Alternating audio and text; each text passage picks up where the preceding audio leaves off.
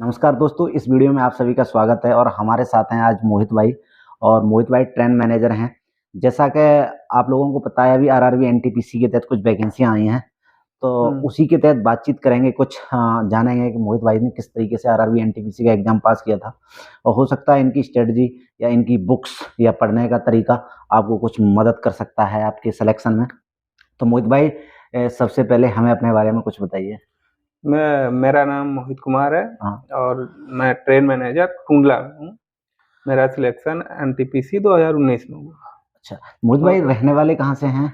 मैं रहने वाला कानपुर का हूँ। अच्छा, और पोस्टिंग आपकी टूंडला है। पोस्टिंग टूंडला है मेरी। तो यहाँ से क्या उधर कानपुर जा सकते हैं? बिल्कुल, बिल्कुल जा सकते हैं। हम लोग का inter division priority base transfer हो जाता है और आराम से जा सकते हैं, जो भी 4, 6, 8 महीने लगें।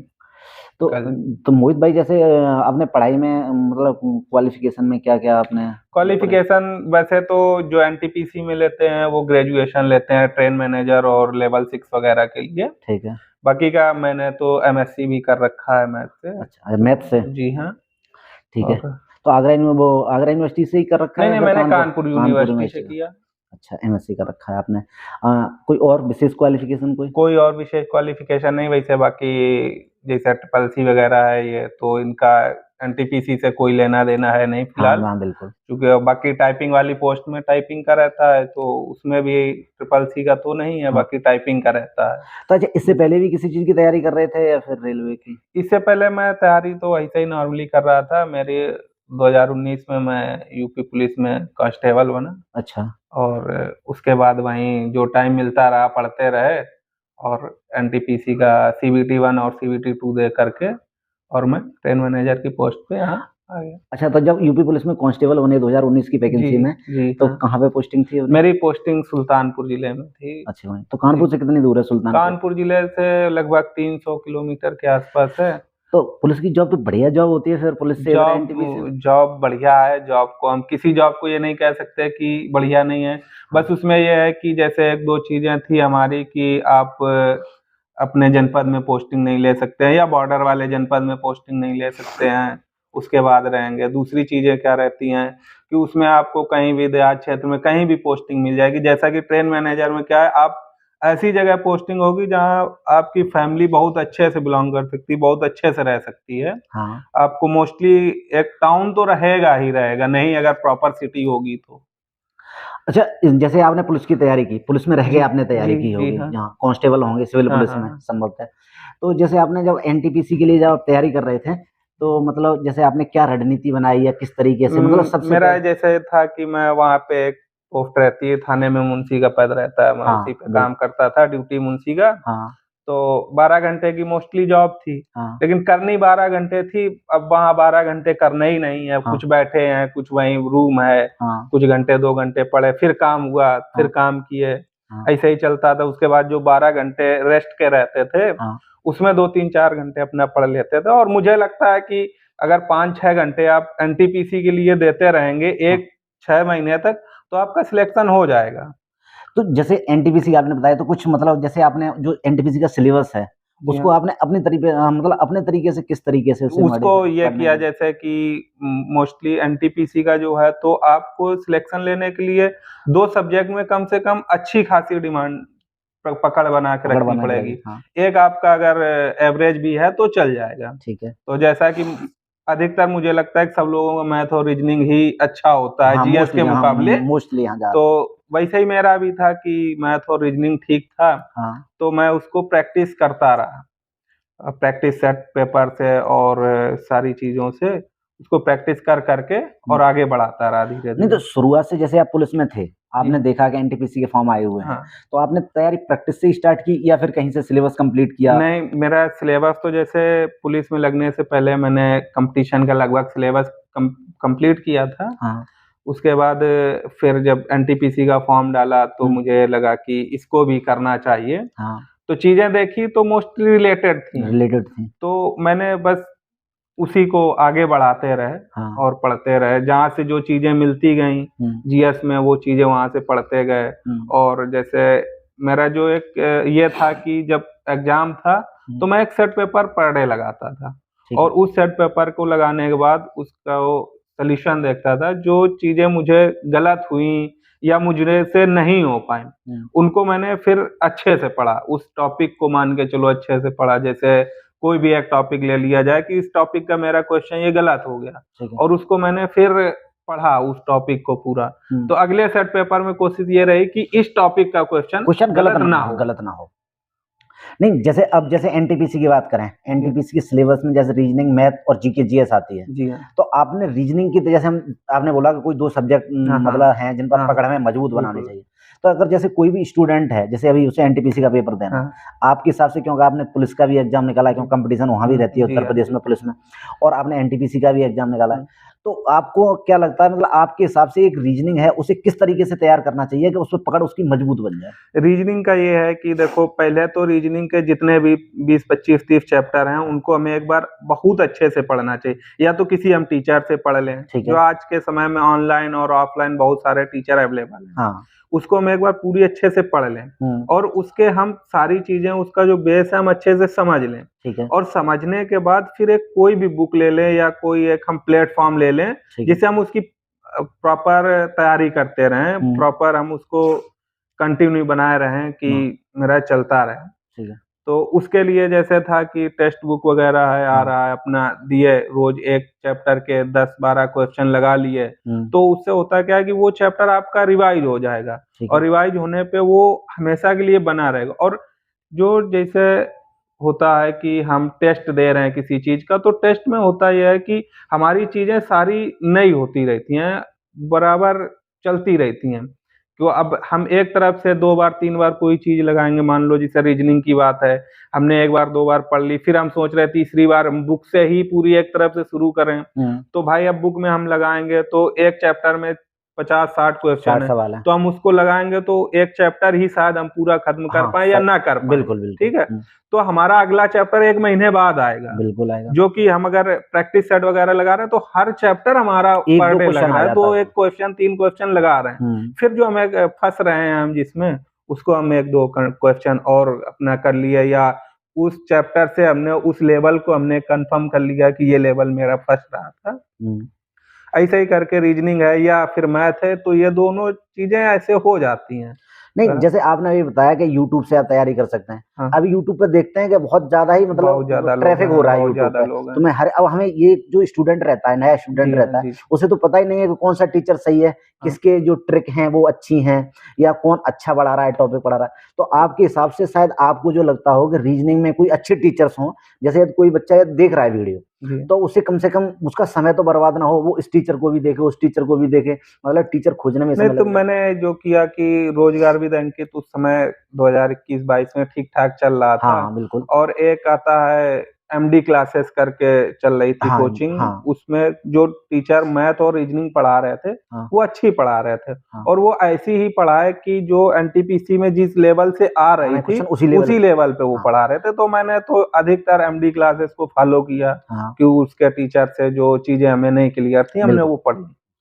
इसमें ये महत्वपूर्ण है कि वैसे सारे टीचर पढ़ा ही रहे हैं, हर कोई टीचर बन रहा है यूट्यूब पे, लेकिन जो अकॉर्डिंग टू सिलेबस और क्वेश्चन का जो लेवल है उस हिसाब से पढ़ा रहा है, तो उससे क्या होता है कि थोड़ा सा बना रहता है कि हाँ मतलब इस लेवल का क्वेश्चन आएगा तो कर लेंगे। कई बार क्या लो लेवल के क्वेश्चन कराए जाए तो वो भी ठीक नहीं है, हाई लेवल के कराए जाए वो भी ठीक नहीं है, तो वहां पे समय ज्यादा वही चीज तो वो एमडी क्लासेस में वही करवा रहे थे कि जो हमारे आ रहे थे क्वेश्चन वो आराम से करवा रहे थे और वो कर रहे थे। दूसरी चीज क्या है कि जैसे प्रीवियस ईयर क्वेश्चन पेपर उठा के देखे तो तुम अपने आप से भी कुछ अनुभव कर सकते हो कि इस लेवल के क्वेश्चन आ रहे हैं तो तुम उसी लेवल के क्वेश्चन लगाओ, ना तो उससे लो की तरफ ज्यादा भगो ना उससे हाई की तरफ भगो, क्योंकि हाई की तरफ भगोगे तो आप अपना समय ज्यादा बर्बाद करोगे और लो की तरफ भगोगे तो जब हाई आएगा तो फिर आपको वो समझ में नहीं आएगा। बिल्कुल नहीं, तो जैसे इसके लिए कोई, जैसे आपने बताया प्रैक्टिस के लिए कोई बुक्स वगैरह या फिर यूट्यूब चैनल वाले जो कंटेंट देते हैं वही सफिशिएंट रहेगा? यूट्यूब वाले सफिशिएंट तो नहीं हम कहेंगे, क्योंकि क्वेश्चन 10, 12, 15 रहते हैं तो वो फिर हो नहीं पाता है। जैसे बुक्स ले लो किरण वगैरह की हैं, या एक बहुत नॉर्मली बुक आती है अरिहंत की, उसमें भी 40, 50 क्वेश्चन चैप्टर के सवाल रहते हैं, दिए हैं और आप उनको अगर कर लेंगे तो प्रैक्टिस अच्छी खासी हो जाएगी। अगर ठीक ठाक प्रैक्टिस करनी है तो किरण आपके लिए बेस्ट है। अच्छा, ये रीजनिंग के लिए हो गया, सेम मैथ के लिए? सेम मैथ के लिए यही है। मैथ में जो है तो बुक मैंने राकेश यादव की 7300 प्लस आती थी, उसको लगा लिया। ठीक है। और उसमें इतना सारा कंटेंट था कि आपको क्वेश्चन इधर उधर से फिर नहीं ढूंढने पड़ेंगे कि हम इस लेवल का क्वेश्चन हमें या इस टाइप का करना है तो हम कहीं दूसरी जगह से ढूंढें। आपको उस बुक में वो क्वेश्चन पर्याप्त मिल जाएंगे, बस आपको चाहिए कि उसको लगाना कैसे है। तो उसके लिए जब आप किसी एक टीचर को फॉलो कर रहे होंगे तो पहले उसका पूरा एक बार कंटेंट आप उससे पढ़ लें पूरा सिलेबस, उसके बाद उस बुक के जो क्वेश्चन है वो आप सॉल्व करें। अच्छा, जैसे आपने मैथ की बात की, मैथ अपने आप में सिलेक्शन में महत्वपूर्ण भूमिका निभाता है। आप जानते हैं कि जैसे आप बता सकते हैं कि जैसे मैथ में जो सवाल आते हैं एनटीपीसी में, यानी उस लेवल के हिसाब से कोई टीचर बेस्ट बताएं जो मतलब उसी लेवल का मैथ पढ़ाता हो, और मतलब मेरा पर्पस यही है कि लोगों का समय कम व्यर्थ हो, उसी लेवल से पढ़ा रहा हो। आपकी जानकारी उसमें अंकित भाटी जो थे उस समय वो अच्छे टीचर थे। अंकित भाटी मैथ पढ़ाते थे या उनके यहाँ प्लेटफॉर्म पे कोई पढ़ाता? नहीं, वही पढ़ाते थे, अंकित भाटी पढ़ाते थे, मैथ तो वही पढ़ाते। वैसे अभी राकेश यादव भी रेलवे के लिए पढ़ा रहे हैं। राकेश यादव पढ़ा रहे हैं, लेकिन वो बहुत स्लो, उनका वो बहुत धीरे धीरे आपको 10 क्वेश्चन पढ़ाने के लिए 1 घंटे 1.5 घंटे ले लेंगे, समय बढ़ा। तो उसके लिए बहुत लंबा टाइम होना चाहिए, जो कि अब फॉर्म पढ़ चुके हैं 2-4-6 महीने में एग्जाम करवाएंगे तो उतना टाइम नहीं है, क्योंकि हमको तीनों चीजें कवर भी करनी है। अच्छा, एक चीज और पूछनी थी मोहित भाई, पूछनी थी आपसे कि जैसे मैथ और रीजनिंग तो हो गया, आप बता रहे हैं कि ज्यादातर बच्चों के मैथ रीजनिंग अच्छे होते हैं, तो लगभग सब इक्विवेलेंट खड़े होंगे, बराबर पे खड़े होंगे। अब जो हमें सिलेक्शन की तरफ ले जाएगा वो कहीं ना कहीं जीके ले जाएगा। सिलेक्शन की तरफ आपको जीके ले जाएगा। देखो, अगर आपने मैथ और रीजनिंग में CBT 2 की ही बात कर रहे हैं, मोस्टली आपने अगर 70 में 60 प्लस कर लिए तो फिर मैथ और रीजनिंग में ज्यादा फिर करने की जरूरत नहीं है, ठीक है। उसके बाद फिर आप जैसे जीएस में आएंगे, तो जीएस में आपको चीजें पढ़नी पड़ेंगी, जैसे स्टैटिक जीके हुई, वो अच्छा खासा रोल करती है उसमें कि आपकी नदियां हुई, अभ्यारण्य हुए, 1-1, 2-2 क्वेश्चन इनसे सबसे पूछते रहते हैं, रामसर साइट्स वगैरह, नृत्य वगैरह हैं, हाँ, ये सबसे। दूसरी चीज, आप करंट अफेयर को ले लें, और करंट अफेयर मेरे ख्याल से मतलब स्पीडी जो है वो आपको बिल्कुल उचित कंटेंट देता है करंट अफेयर, बिल्कुल। हाँ, करंट अफेयर तो वार्षिक भी आता है? मैं तो अर्धवार्षिक लिया था, ठीक है। और वार्षिक के लिए पढ़ने को तो ज्यादा लंबा हो जाएगा। अर्धवार्षिक 6-7-8 महीने की ज्यादातर पूछता है। उसके बाद करंट अफेयर्स के लिए जैसे स्पीडी खरीद ली जाए, उसके बाद यूट्यूब वगैरह पे जो पढ़ाते हैं, यूट्यूब पे वगैरह पे तो हमने पढ़ा नहीं। मेरे हिसाब से यूट्यूब पे करंट अफेयर पढ़ना समय बर्बाद करना है, क्योंकि आपको करंट का क्या है कि चीजें पढ़नी है, आपने एक बार पढ़ लिया तो वहां आप क्लिक कर लोगे क्वेश्चन, ठीक है। तो और उसमें क्या है कि जैसे नियुक्तियां वगैरह 1-2 क्वेश्चन पूछ ही लेता है, जरूर पूछता, ठीक है। और आपका जो ये युद्ध अभ्यास वगैरह होते हैं इनसे, तो उसमें बिल्कुल सॉलिड उतना ही कंटेंट दिया। ये नहीं है कि उसके बारे में डिटेल में बहुत कुछ पढ़ना है। सबसे बड़ी बात जो मुझे उसमें लगती है, मुझे ऐसा लगता है कि स्पीडी मोस्टली रेलवे से रिलेवेंट चीजें देता है, तो कहीं ना कहीं उन्हें पता रहता है, उनके जो पब्लिशर रहते हैं उन्हें पता रहता है कि रेलवे क्या क्या पूछता है, कौन कौन से अपॉइंटमेंट पूछता है और कौन क्या चीज पूछता है, उसी हिसाब से वो बनाते हैं। अच्छा, ये तो करंट अफेयर्स की बात रही। जैसे हिस्ट्री है, ज्योग्राफी है, या वो अपने संविधान है, कॉन्स्टिट्यूशन है, इससे संबंधित जो क्वेश्चन आते हैं, जैसे कॉन्स्टिट्यूशन की हम बात करें तो कॉन्स्टिट्यूशन मोस्टली हमको जैसे बहुत लेंदी लेवल में उसे भी नहीं पढ़ना है हमको। बिल्कुल, आप आर्टिकल्स वगैरह जैसे 1 to 51 आर्टिकल्स मोस्टली आप उनको रट ही लीजिए, क्योंकि उससे पूछ लेता है। फिर कुछ मोस्ट इम्पोर्टेंट आर्टिकल्स रहते हैं, जैसे 108 हुआ, 280 हुआ, इन चीजों को रट लीजिए। उसके बाद आपको बहुत ज्यादा उसमें कि नहीं हमारी विधायिका कैसे बनती है, क्या, ये सब वो ज्यादा विस्तृत पढ़ने की जरूरत नहीं है। आपको उतना ही पढ़ना है कि राष्ट्रपति की शक्तियां क्या हैं, उसको क्षमादान शक्ति कैसे वो देता है किसी को, ये बस इतना ही उसमें पर्याप्त है, बहुत लेंदी पढ़ने की जरूरत नहीं है। कोई मतलब किसी टीचर से पढ़ा जाए या किसी बुक से पढ़ा जाए, या अभ्यास फिर कैसे किया जाए इनका? इन चीजों का आप जैसे देखो, किसी ने अगर कहीं नहीं का अभी तक पढ़ा है तो मुझे लगता है कि एक बार उसको किसी ना किसी टीचर को फॉलो कर लेना चाहिए। ठीक। और जैसे कोई बुक्स वगैरह जीके जीएस के लिए, स्टैटिक जीके वगैरह के लिए, बुक्स वगैरह जैसे है कि तो हम मतलब वहाँ उस समय जो पढ़ रहे थे तो परीक्षावाणी पढ़ रहे थे, मुझे अच्छा भी लगता था उससे पढ़ने में। परीक्षावाणी तो बहुत लेंदी भी है, और उसमें क्या है कि चीजें आपको सारी मिल जा रही थी। जैसे कभी कभी होता क्या है कि हम चीजें रट रहे हैं और वो हमको फिर भी नहीं आ रही हैं, क्योंकि जब हम सिर्फ सॉलिड चीजें रटते हैं तो वो थोड़ा समय लेती है हमको ठीक है। याद होने में। हाँ। अगर हम उसका विस्तृत कुछ फॉर्म पढ़ लेते हैं तो वो चीज हमको याद रहती है। नहीं, अच्छा जैसे मैंने जीके जीएस किसी से पढ़ ली या किसी हाँ, किताब से ही पढ़ पढ़ ली, ली। अब उसका अभ्यास मैं किस तरीके से करूँ? अभ्यास तो आप कर सकते हैं, जैसे वही है कि एक छोटी-छोटी किसी की भी बुक्स ले लें, जैसे दृष्टि वाले छोटी-छोटी अपनी पत्रिकाएँ टाइप की देते हैं। हाँ। आपने ले लिया, उनको रिवाइज़ कर लिया जल्दी-जल्दी से, हुँ। जो भी 8-8, 10-10 दिन लगे, और तो उससे तुम्हारा जो आपने पीछे पढ़ रखा है हाँ। किसी से भी, हाँ। वो आपका पूरा रिवाइज़ हो जाएगा। हुँ। और जो चीज़ें ये एग्ज़ाम के बेस से इम्पोर्टेंट है, वो उसमें मिल भी जाएँगी आपको। मिल भी जाएँ। अच्छा ये तो हो गई पढ़ाई-लिखाई की बात। जी हाँ। इसके बाद या जैसे मेडिकल की बात करें, तो रेलवे में जैसे बताते हैं मेडिकल बहुत टफ रहता है। थोड़ा रे मेडिकल के बारे में बताइए। रेलवे में मेडिकल टफ रहता है, मोस्टली आपका आई साइट को लेके। ठीक है। जैसे आँखों से, चूँकि काम भी भाई रेल में अधिकतर आँखों का ही है। बिल्कुल, हाँ। आपको जो एनटीपीसी पोस्ट है उसमें फावड़े उठा के तो हाँ, नहीं चलना है, बिल्कुल, बिल्कुल। लेकिन आपको देखना है। हाँ। आप ट्रेन मैनेजर हैं तो ट्रेन मैनेजर की दृष्टि से आपको ये भी फ़ॉलो करना है कि हमको स्टेशन मास्टर कैसा संकेत दे रहा है। हाँ। तो कम से अगर हमारी आँखें सही होगी तभी हम देख पाएँगे। तो इसलिए आँखों का जो ट्रेन मैनेजर के लिए लेवल रखा गया है वो A/9 रखा गया है। ठीक है। अच्छा जैसे आँखों में क्या-क्या टेस्ट किया जाता है? आँखों में आपका एक तो आई साइट ठीक। चेक की जाएगी, और दृष्टि दोष वगैरह जो हैं वो चेक किए कलर जाएँगे। ब्लाइंडनेस वगैरह। कलर ब्लाइंडनेस चेक किया जाएगा आपका, ठीक है। और आपने लेज़र ऑपरेशन ऑप्शन तो नहीं नहीं कर कराया रखा है है, वो। वो चेक किया जाएगा। ठीक है। बस इतने ही मोस्टली टेस्ट हैं आँखों के उसके अलावा लिए। और भी कुछ? आँख के अलावा तो और आपका जैसे है कि हार्ट से रिलेटेड कुछ चीज़ें हैं, हाँ। वो नॉर्मल होनी चाहिए। ब्लड प्रेशर मतलब वगैरह, हाँ। ब्लड प्रेशर वगैरह नॉर्मल, ऐसा नहीं कि बहुत ज़्यादा हाई हो या बहुत ज़्यादा लो हो। हाँ। नॉर्मली अगर थोड़ा बहुत अप डाउन है तो चलता है। हुँ। अच्छा एक चीज़ और पूछनी थी जैसे कुछ हमारे जो सब्सक्राइबर हैं, वो पूछते हैं कि उनके डॉक्यूमेंट में कुछ मिसमैच है।